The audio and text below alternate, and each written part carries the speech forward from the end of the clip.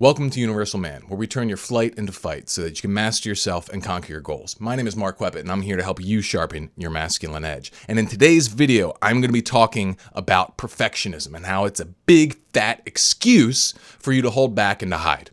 And I know this because I've done it my whole life, and I want to talk to you about how I'm getting over it. Perfectionism is a killer, man. It's a rough one, and it's something that some people even take pride in. They're like, "Oh, I'm a perfectionist, and that's why I keep screwing myself over," and kind of chuckle to themselves, and they think that other people look fondly at them when that's just not the case at all. Perfectionism is a terrible, stupid thing. Really, what perfectionism is, it's an excuse to not do the things that you know you should be doing, under the pretense that, oh, well, it's just got to be better. My standards are just so high. I just care so much that I'm going to allow myself to be less. And I think it's just BS. And the reason that I'm talking about this is because, that's what I talked about in my newsletter that I sent out yesterday. So if you're not part of my newsletter, make sure you go over to universalman.com and sign up for it. The website is not finished yet, but you can still sign up there. And actually, that is what prompted this whole thing. I realized that I was holding back and not putting up my website because, it was going to have to change because I'm in the process of writing a new course. And I knew that if I put something up now, I'd probably have to change it later, and it wouldn't be in its perfect final form right now. So I just wasn't doing it, even though it would be significantly better for me to have something rather than nothing. And that's really kind of the heart of this whole perfectionism thing. It's this illusion that somehow having nothing, just because it's not perfect, having nothing beats having something. And that's just the lie. That is the lie that the perfectionist holds on to. And so the core solution, from what I can tell, is to just get the hell over yourself and actually care. If you care more, well, then you're going to have to acknowledge that, yes, having something, even if it's imperfect, is significantly better. In fact, maybe infinitely better than having nothing, right? And that's a hard thing to do. It's a hard thing to do, to put yourself out there and admit that you are an imperfect being, but that's the reality of it. That's all we are. That's all we can do, is we can give our best, and it's never going to be perfect. And if you're really going to take, self-improvement and excellence seriously, then you got to look at the reality of the situation where getting good at something, putting out a very highly polished whatever, is the result of perpetual failure. And I think that this has been pretty much proved repeatedly. Something like, what was it? There was some study where people were learning how to do clay sculpture. And one group was told to just make as many clay sculptures as possible, as many as they could churn out. Don't worry about whether they're good or not. And then they told the other group, try as hard as possible to make your clay sculpture good, and just focus on doing one really good one or a couple really good ones. And obviously, the people who just churned out a bunch of stuff, those are the ones who improved far more rapidly. And you can see this in pretty much everything. It's if you want to write a good book, write a million drafts. Write a million drafts. You have to get comfortable writing a crappy draft, and then a slightly less crappy draft. And then, every single layer of draft, you chisel away a bit of the crappiness, and maybe something a little bit more good and valuable emerges. And that's just the way it works. That's how everything works. Whether it's yourself, some business endeavor, your workouts, whatever. It's once you have something, it's so much easier to improve upon that thing. And so stop dragging your feet and get something. Do something, and then improve upon it. Then iterate, right? If you want to work out and you just don't know where to start, you don't know what program to do, you don't know whether you want to go to a gym or whatever, just start going for a walk every day.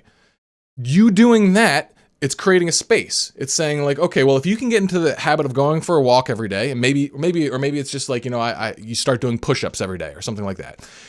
That forces you to do actually a lot of things that maybe you don't see going on. You're creating space in your day that wasn't created before. You're creating some boundaries around it. You're creating some discipline around it. You're getting yourself to show up and already do something uncomfortable. And that's the hardest part.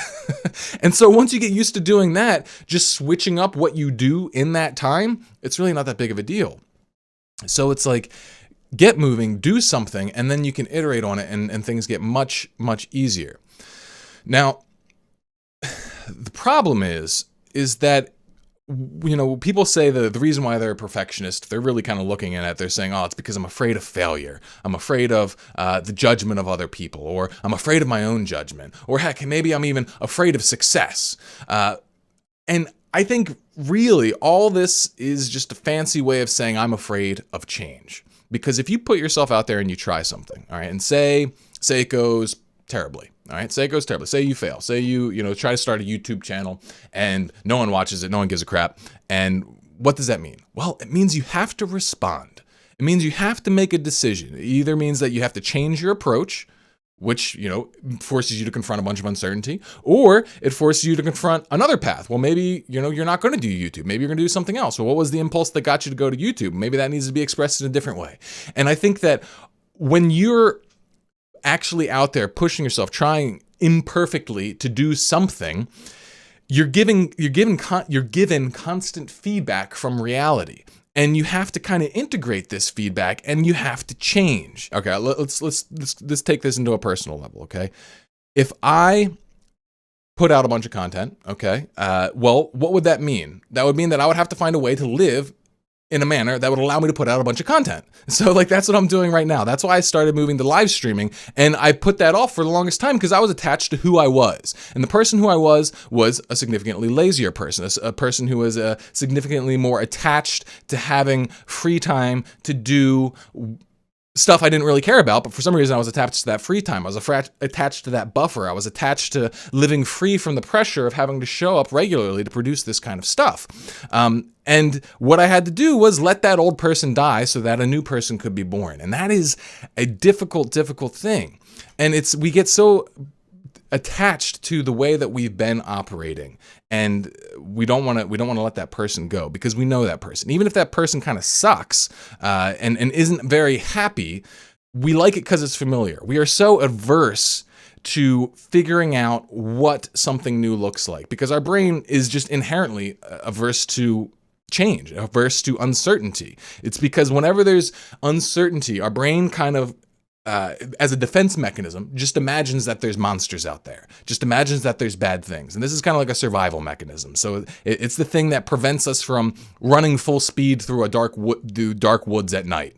It's like we're programmed to not do that because our brain says, hey, there's risks in the unknown. Be really, really careful. Be afraid of them. There might be sharks lurking in that water. There might be a bear out there, or there might be, something that's going to sneak up and kill you. And, fair enough, there is. There is stuff out there that we have to watch out for. But I think the bigger danger in most cases is stagnancy, is failure to adapt. That's what causes a species to go extinct, is failure to adapt. And humans, we are the most adaptable. That's why we're at the top of the food chain, because we have mastered the game of evolution. But in our cushy modern comfort times, I think that many of us have kind of regressed a little bit. We've fallen into these bubbles, into these patterns of whatever feels comfortable, that's what we're going to do until we die. And I think it's like if we're going to go to what Jesus says, it's like if you want to save your life, you must lose it. And I think what that's about is really embracing this evolutionary principle that if you want to hurry up and get living, well, then you need to hurry up and start dying. And this happens on a macro level of understanding well, yeah, you're going to die someday, in a very literal sense. Your time on this earth is finite. And if you can really look that in the face and acknowledge that, well, that's going to put a spark in you. That's going to make you want to do something with your life. But it also, I think, exists on the micro level too, is that if you want to live a vibrant existence, one that's actually full of real life, well, then you're going to have to burn off all that dead wood that's holding you back. And I think the perfectionists, they just don't want to confront that dead wood. They're afraid to acknowledge that they have dead wood to burn off in the first place. They're afraid to acknowledge that they have these imperfections that they need to prune, and cut off and kill. And that's what it's been for me. My tendency has been to retreat into this realm of hiding and polishing up myself and my content, and my ideas, and being very stingy about where I expose them because I was trying to minimize the criticism that I could expose myself to. And like part of the reason why I've studied so much self-development is because I never felt like I could do anything. I always felt like I had to get better. I had to get stronger. I had to learn this. I had to learn this. I had to become more capable. I had to become more productive. And all these things were just excuses to prevent me from putting myself out there and doing new things. Because when you start doing new things, you're being a new person. And being that new person, it feels weird. It feels scary. It feels uncomfortable because you're not used to being that person. And, you much rather just dive back into that old life, that old person, even if that old life and that old person weren't someone that you particularly admired or liked. But the way forward is kind of like learning how to ride a bike. All right. It's very difficult to balance on a bicycle when it's not moving. In fact, it's extremely difficult to do that. But if you get moving and you learn how to course correct as you go, that's really what it's like to embrace and embody this kind of evolutionary spirit into your day-to-day living. Like there's different levels of this. Like the people at the bottom are the people who never change and they never evolve. Even in the face of the world saying, hey, what you're doing is not working, they'll just double down and then just, not change anything. I'm sure you can think of people like this. And I can't imagine living like that. I think it would be terrible. Then you've got the people kind of in the middle, who maybe they'll change, but only if they absolutely have to. Basically, their life needs to force them into a corner, and then they'll think about changing, and it's like a big deal, and it's really hard, and that sort of thing. But I think the place you want to be is the person who can look forward to that change and change proactively. The person who learns how to ride that bike. They're the ones who are constantly looking for ways in which they can kill off old, unhelpful parts of themselves and be reborn as something better and something new and something more powerful. And that's what I'm promoting here. But in order to do this, you got to get over yourself. You got to be humble, because this humility, it's kind of like the lubricant of this process.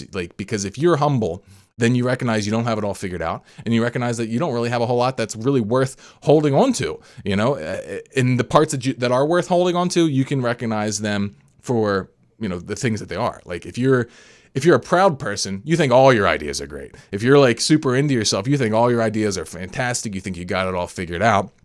If you're a humble person and you think you have something figured out, well, chances are you do. At least to some extent, you probably got it down pretty well. And so you can hold on to that and recognize, this other stuff, I don't know. Maybe that's just conditioning. Maybe that's just what my parents taught me. Maybe there's a better way to look at this. And so that humility and that willingness to undergo this process of death and rebirth is the key to overcoming perfectionism. You just got to get over yourself and you got to get it done. So hopefully you found this useful, insightful, helpful, whatever. Give me your feedback in the comments below. Please please subscribe, and I'll see you in the next one. Stay sharp.